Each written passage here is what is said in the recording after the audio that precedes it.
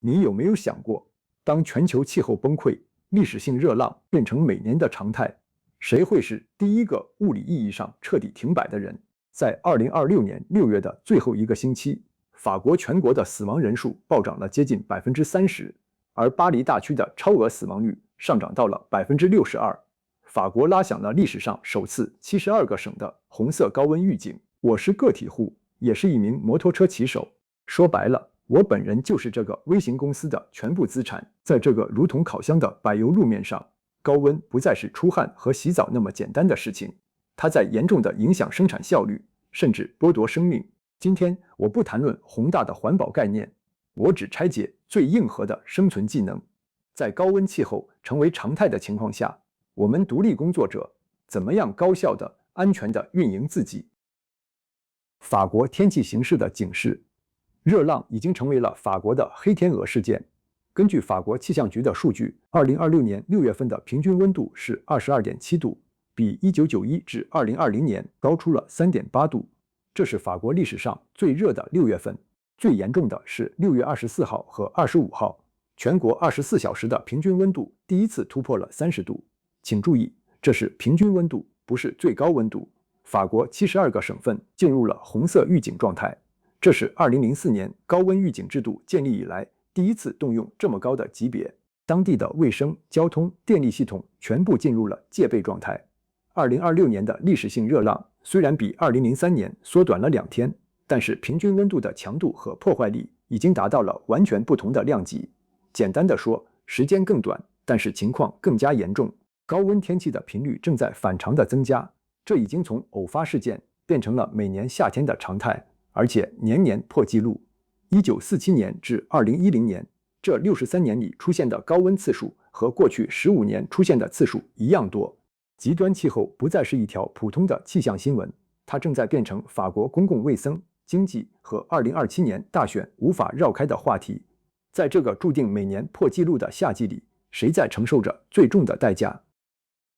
为什么个体户最辛苦？这一波历史性的热浪，最先感受到的是送餐骑手、送货司机、搬家公司和建筑工人。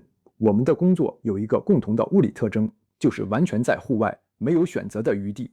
从事同样工作的雇员和个体公司具体情况不同，雇员的背后有雇主支持。天气严重到了红色预警，雇主通常会谨慎地收缩业务量。对于个体公司而言，调度、驾驶员、风险的责任人都是你自己，没有人会替你去按暂停键。判断错了，代价一个人承担。幸运的是，每当天气发生重大变化的时候，业务量通常会大幅度的增加，并且价格会有明显提升，因为出门工作的人变少了，消费的人变多了。法国夏季高温法令在2025年7月1日正式执行，具体措施涉及了饮水供应的标准、工作时间的调整和工作场所的改善。建筑业、农业以及餐饮业被列为该法令的核心行业。高温之下，市场需求在同步发生变化，微型空调出现了抢购潮，订单的结构也在改变，躲在空调房间里的消费者呈爆发式增长，这是风险中的机会。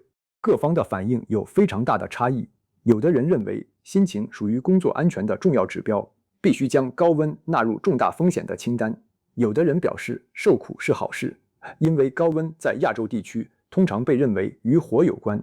高温天气，身体的承载能力在下降，但是客户的需求在大幅度增加，因此我们的身体行不行，绝对不能依靠运气。接下来详细说方法。维护核心商业资产的3个方法。第一个方法是主动适应。在身体对高温发出警报以前，必须提前调整好身体的状态。首先是游泳馆，身体表层的排汗。我通过游泳完成。巴黎有很多公立游泳馆，3个月的订阅价格只需要43欧元。其次是桑拿房，我通过它完成深层的排汗，价格同样不贵。例如巴黎19区佩里荣健身区的10张门票约65欧元，巴黎13区 Josephine Baker 的10张门票约47欧元。对于在高温天气里保持高效工作的状态，我建议每周游泳2次，桑拿1次。这在科学上称为主动热适应。首先是血浆容量的扩张机制，血浆容量的增加能够明显地提高每一次心脏跳动的输出量，并且使心率降低。其次是促进红细胞的通路，最后是汗腺钠离子重组，这种生理重组让人能够以极小的电解质消耗为代价，换取最大化的身体冷却效率。第二个方法是促进消化。科学的描述是微观生理机能的有效管控，听起来感觉十分的高端。事实上有一点不雅，但是我绝对没有开玩笑。你必须保证大便拉得很爽，因为在高温天气，身体会把绝大部分血液调配到身体表面，用于排汗和散热，这就导致了内脏的血液流量大幅度下跌。如果你的消化系统不通畅，肠道垃圾产生的毒素将会迅速占用大脑的反应带宽，严重的影响决策能力。对于独立建筑师，可能是在烈日下测量时计算错了一个关键的承重数据；对于独立顾问，很可能会搞砸一场至关重要的谈判。例如，很多摩托车骑手在高温下感到莫名其妙的疲倦、暴躁和注意力涣散。真正的原因不是外面的烈日，而是内脏器官缺乏血液，他们在默默地拉警报。消化通畅了，工作效率立即会有明显提升。第三个方法是科技装备。很多人以为夏天骑摩托车穿得越透气越凉快，这在温度低于35度时是正确的。当温度超过了35度，物理学上的反向风寒效应就开始生效了。例如，正常的人类体表温度是在33度左右，当天气温度高达38度，热力学定律决定了热量会从高温处流向低温处。这个时候，很透气的衣服不仅无法散热，还会让身体像海绵一样吸收外界的热量。这个时候的风如同工业热风枪，使用网眼布料等于将自己的皮肤直接暴露在热风枪之下。高温的热风会将汗水瞬间吹干，水分来不及吸收身体内部的热量，只会白白的流失水分。因此，在高温环境下，我不建议选择全透气的网眼布料。我在骑摩托时选择 Gore-Tex 布料，它防风、防水、防摔级别很高，散热方面的角色如同一个隔热盾牌。我在里面穿一件聚酯纤维的汗衫，然后拉开手臂的拉链作为风的进气口，其余的地方封闭。当摩托车飞驰时，进气口灌入的微量空气在衣服内部与湿润的汗衫发生缓慢的受控的蒸发，这会直接在我的前胸和后背之间制造出一个稳定的冷气区域，可以保持身体表面的温度比外界低5至8度。这和宇航服内部的水冷系统是一样的逻辑。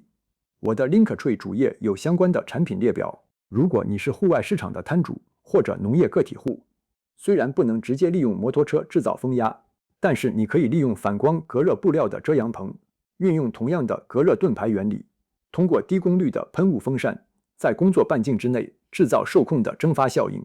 核心在于隔绝外部的热源，加上受控的蒸发，这样的制冷原理。最后总结一下，距离夏季结束还有2个多月，如何在历史性的热浪下高效工作？首先是要了解严重程度的警示，然后观察业务涉及的各方面反馈，接着是选择适合自己的策略。3个方法放在一起，说白了就是一件事情，请把身体当成一台精密仪器，主动适应是预备，消化系统是保养，工作装备是防护。这和摩托车的使用习惯一样，只不过维护的对象换成了自己。安全不是保守，它就是经营能力本身。我是个体户，也是一名摩托车骑手。说白了，我的身体就是我的公司。如果你也在法国一个人做生意，或者正在准备开始，欢迎在评论区写下你踩过的坑，我会认真看每一条。